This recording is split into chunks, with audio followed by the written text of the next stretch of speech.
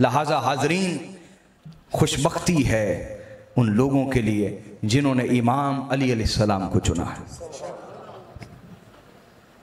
कि जिनके बारे हजरत उमर फारूक ने फरमाया, एक दफा नहीं कितनी दफा फरमाया, लौला अलीजुन लहलका उमर, कि अगर अली ना होते तो उमर यकीनन हलाक हो जाता। और एक मौके पे हजरत उमर फारूक ने फरमाया, आऊज़ु बिल्लाहि मिन मुअदलतिन लैसा लहा अबुल हसन। क्या फरमा रहे हजरत उमर फारूक, या अल्लाह मैं उस मुश्किल से तेरी पनाह मांगता हूं कि मुश्किल आ जाए और उसके हल के लिए मौला अली मौजूद ना हो।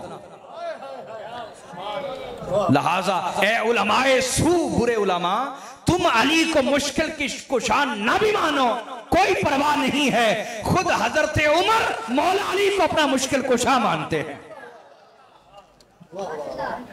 समझे बात या नहीं समझे? बोलिए ना, आइए समझ में बात या नहीं आई? अल्लाह आपसे राजी हो।